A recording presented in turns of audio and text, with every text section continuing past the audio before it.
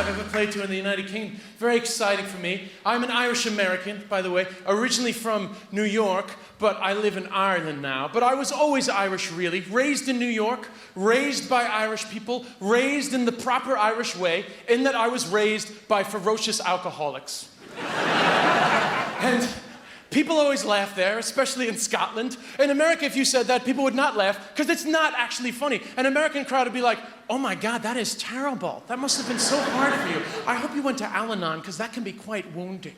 I know I have an American accent, I don't have to put one on. But the point is, Scottish crowds think it's hilarious, because half the crowd are thinking, is there any other way to be raised? I thought that was part of it. Most of the time your parents come home angry, and every now and then they're happy, and you begin to associate affection with the smell of chips. I thought that was part of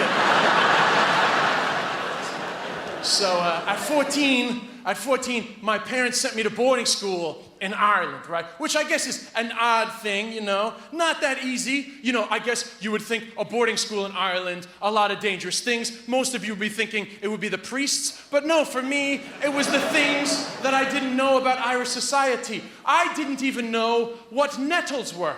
Yeah, and I remember the day that I found out.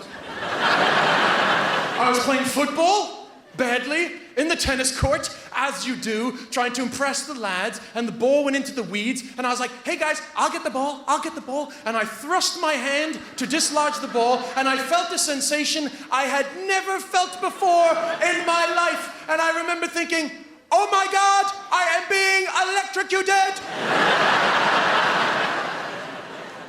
And all the lads looked over and they're like, what? And I was like, I don't know! So one of them came over and said, it's only nettles. And you have to realize something. At that stage of my life, somebody turning to me and saying, it's only nettles, would be the same as somebody turning to me today and saying, Feng Dong Hua, Xing Dong Hua.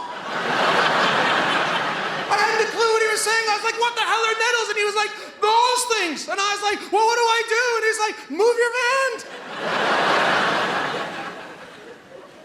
Now, just in conclusion, though it's a somber thing to say, I lost my dad to lung cancer. That's a somber thing, but that's okay. We all deal with these things in life. But I will tell you, there is only one thing worse than finding out that your father has lung cancer. And that's facing people who know your dad found out he has lung cancer, who want to tell you about herbal remedies and homeopathy and biohealing. They are the most annoying people on the planet, especially when you tell them to feck off and they tell you to keep an open mind. Like you're trying to kill your father.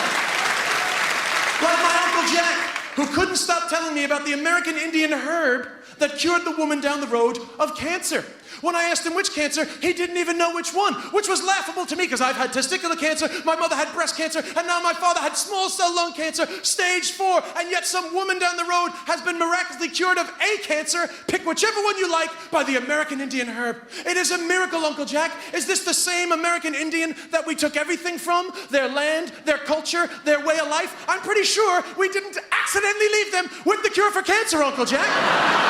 I think the profits are a little bit too high in that one for Big Pharmaceutical to have left Pocahontas with the cure for flipping cancer.